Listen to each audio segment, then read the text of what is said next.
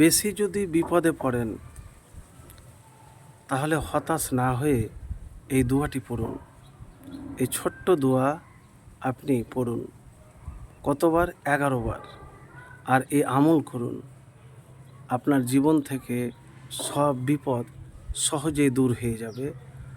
আপনার যে অভাব, টাকার হোক, রিজিকের হোক, যে কোনো জিনিসেরই হোক না কেন, ইনশাআল্লাহ এমনভাবে পূরণ হয়ে যাবে যে আপনি কল্পনা করতে পারবেন না। সেখান থেকে আপনি মুক্তি পাবেন। এবার মানুষের জীবনের বিপদ নানা রকমের হয়, অনেক রকমের হয়। বিপদের ধারণাও আলাদা। কোনো মানুষ হয়তো রাস্তা দিয়ে চলছেন, হঠাৎ অ্যাক্সিডেন্ট করে দিলেন বা অ্যাক্সিডেন্ট হয়ে গেলেন, বা কারোর ব্যবসা আছে, ব্যবসাতে আপনি লস খেয়ে নিলেন, বা কাউকে টাকা ধার দিয়েছে, সেই টাকা আপনাকে দেয় না, বা কেউ আপনার আপনজন প্রিয়জন দুনিয়া থেকে বিদায় নিল, বা আপনি হয়তো ভালো ছিলেন, হঠাৎ এমন বড় অসুখ হয়ে গেল যে আপনার সব কিছু স্বপ্ন চুরমার হয়ে গেল। তো বিপদ, এগুলিও তো বিপদ। এখানে বিপদ কখন আসে কেউ তো জানে না। তো আমি যে ছোট্ট দোয়াটির কথা বলবো, আল্লাহু আল্লাহু রব্বি লা উশরিকু বিহি শাইয়ান। নবীজি সাল্লাল্লাহু আলাইহি সাল্লাম এই দোয়াটি এক সাহাবিয়াকে শিখিয়ে দিয়েছেন যে বিপদের সময়তে এই দোয়াটি তুমি পাঠ করবে। এবং আসমা বিনতে উমাইস থেকে বর্ণিত, তিনি বলেন, একদা রাসূলুল্লাহ সাল্লাল্লাহু আলাইহি সাল্লাম আমাকে বলেন, আমি কি তোমাকে এমন কয়েকটা বাক্য শিক্ষা দিব না যা তুমি বিপদের সময় পাঠ করবে? তা হচ্ছে আল্লাহু আল্লাহু রব্বি লা উশরিকু বিহি শাইয়ান।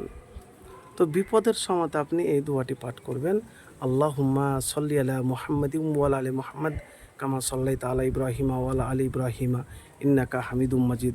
আল্লাহুম্মা বারিক আলা মুহাম্মাদিন ওয়া আলা আলি মুহাম্মাদ কামা বারাকতা আলা ইব্রাহিমা ওয়া আলা আলি ইব্রাহিমা ইন্নাকা হামিদুম মাজিদ। ব্যাস এতটুকুন। আর প্রত্যেক নামাজের পরে মসজিদে যখন আপনি প্রবেশ করবেন, নামাজের আগে বা পরে, কিন্তু আজান এবং একামতের মধ্যে করলে বেশি ভালো। উজু করবেন, 2 রাকাত নফল নামাজ পড়বেন, হাত উঠিয়ে আপনি দোয়া করবেন। আপনার কষ্ট, আপনার পেরেশানি, আপনার অভাব, আপনার বিপদ, সেই বিপদের কথাগুলি মুনাজাতের মধ্যে বলবেন।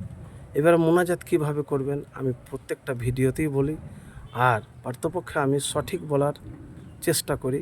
আর আমার জন্য এটাও দোয়া করবেন যেন আমি সবসময় সঠিক এবং নবীজি সাল্লাল্লাহু আলাইহি সাল্লামের কথা বলতে পারি। কেন জানেন? অনেক ভিডিওতে অনেক রকমের কথা বলে, আমি একটু আলাদা। হয়তো আপনাকে শুনতে একই লাগবে, কিন্তু বাস্তব আলাদা।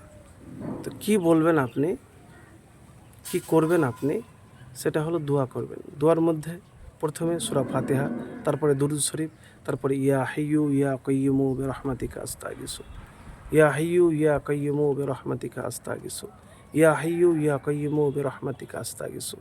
3 বার পাঠ করবেন।